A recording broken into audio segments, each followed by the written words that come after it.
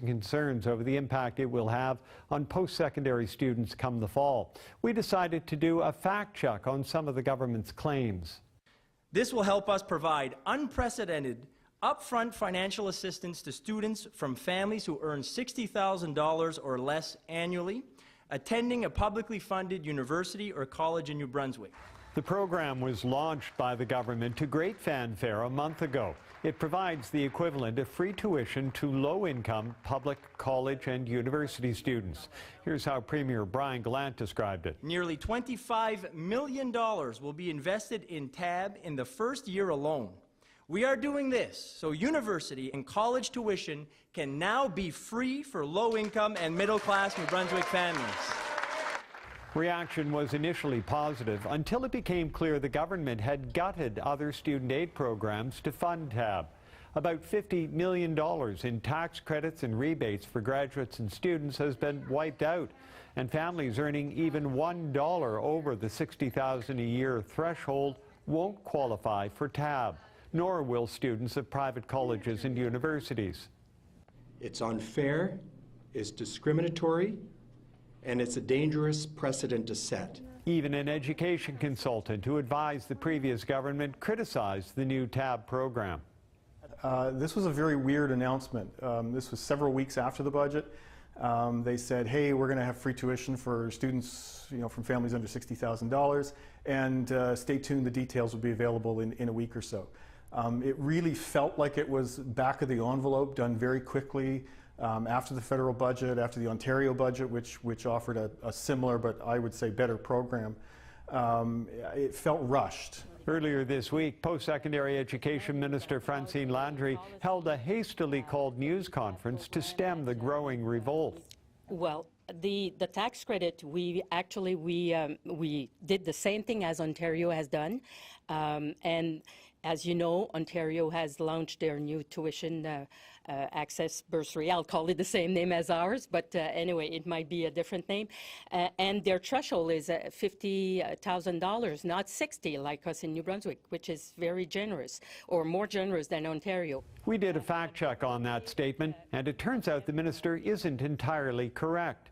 First, New Brunswick's program isn't more generous than Ontario's.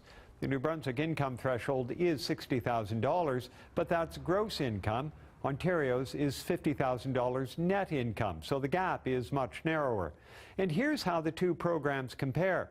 Ontario offers support to students on a sliding income scale. So even if you earn above the $50,000 threshold, you may qualify for tuition support. 50% of students in Ontario from families earning $90,000 in gross income will receive free tuition. That compares to 0% here. In New Brunswick, financial support falls off a cliff after the $60,000 income threshold is reached. There's nothing for students after that point but the Federal Canada Student Grant. Ontario promised none of its students would be worse off under its new program. In New Brunswick, some 40,000 graduates and students will be worse off. I asked Minister Landry about the sliding income scale. Here's what she said. You say you're doing the same thing as Ontario, but Ontario has a sliding scale. New Brunswick doesn't. I'm not aware of that. I can check that out. That's an important part of the Ontario program, though. Minister needs to get to our next meeting. We're over 10 minutes now. Would you consider a sliding scale for New Brunswick? Thank you. Minister, Thanks, everyone. would you consider a sliding scale for New Brunswick? We're monitoring. That was Post-Secondary Education Minister Francine Landry talking to reporters on Wednesday.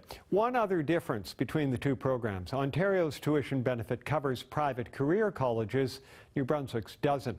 Now, when this program first rolled out, the news of free tuition got rave reviews on the street. Now that the details of the plan are better understood, we asked students today what they think. I don't think it's quite fair, because a lot of people that plan to go to university, like sometimes their family, if they just make over 60 grand, then they can't apply for it. And if your family's only making $65,000, like that's not that much. Like for me, for example, my mom's disabled, so she can't make much money. And my dad's a teacher, so he just makes over 60 grand. So I can't apply for that, but I'm going to struggle to get through university. I think it's a great idea, but I think it could use some touching up. I think there are definitely people who make under that amount that would love to attend university but don't have the financial capacity to. At the same time, I think, like he said, there are people that do need help, but making just over $6,000 a year and you can't afford it. So I think it's the right direction, but I think there are some tweaks that need to be made. There are a lot of people who try really hard and say their parents make over $60,000 a year, but they're still struggling, they can't get it. But then there's people who are within the limits of being able to get this, but they aren't really trying to achieve the dreams that the others are, but they can still get in for free. So really it's not the best idea in my opinion. In other news, the former owners of Bathurst's